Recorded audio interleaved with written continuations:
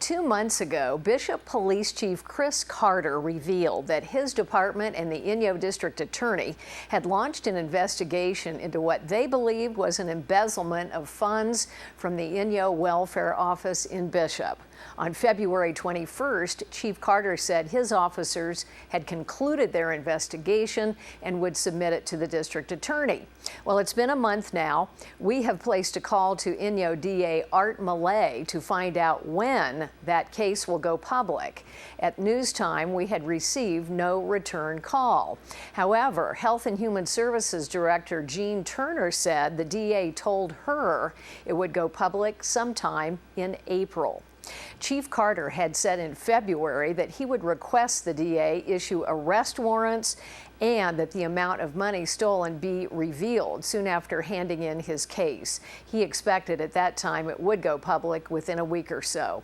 What is known is that Don D. Rossi, a welfare office worker, was identified as a person of interest in this case. A search warrant was served on her home. Both Chief Carter and Health and Human Services Director Turner have said the amount of money taken was, quote, substantial. But that's all they have said about the matter of the money. In February, though, Turner had said that employees at the welfare office had detected irregularities and that a substantial amount of money was taken. It is believed that the suspect or suspects submitted false claims to the state for welfare payments. Chief Carter had told the Bishop City Council in January that the complex investigation was, quote, quite the daunting task for our small department. The chief called on experts at the state level to help unravel the local mystery. Supervisor Jeff Griffiths had also said publicly that, quote, we are concerned about internal controls. We want to make sure this does not happen again. We'll stay on this one and let you know when we get information.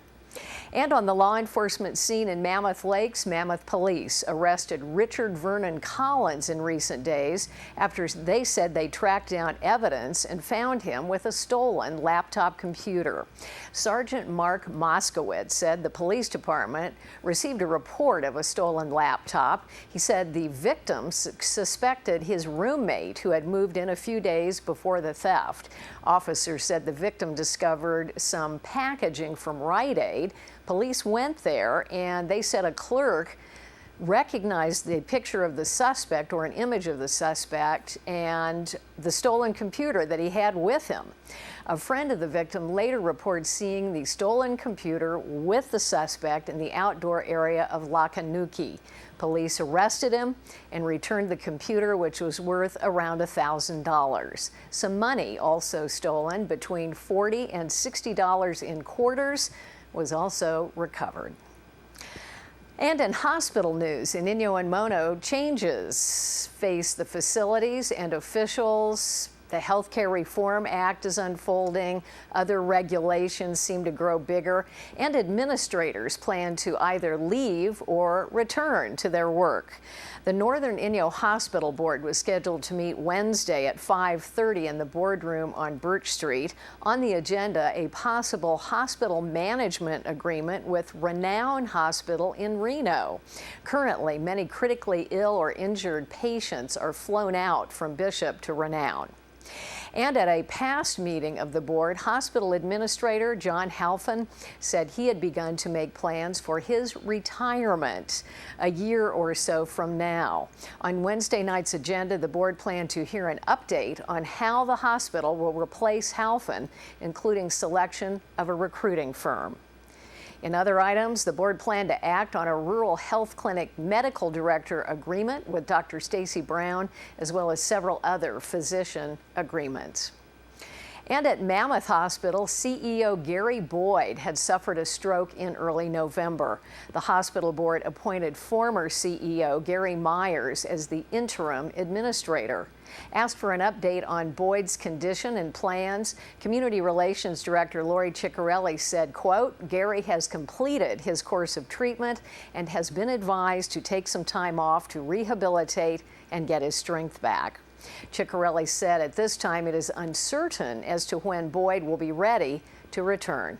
She said he is, quote, anxious to do so. Meanwhile, the Mammoth Hospital Board scheduled a regular meeting Thursday morning at 9:05 a.m. with a number of financial reports and an update on the Mammoth Hospital Electronic Health Records project.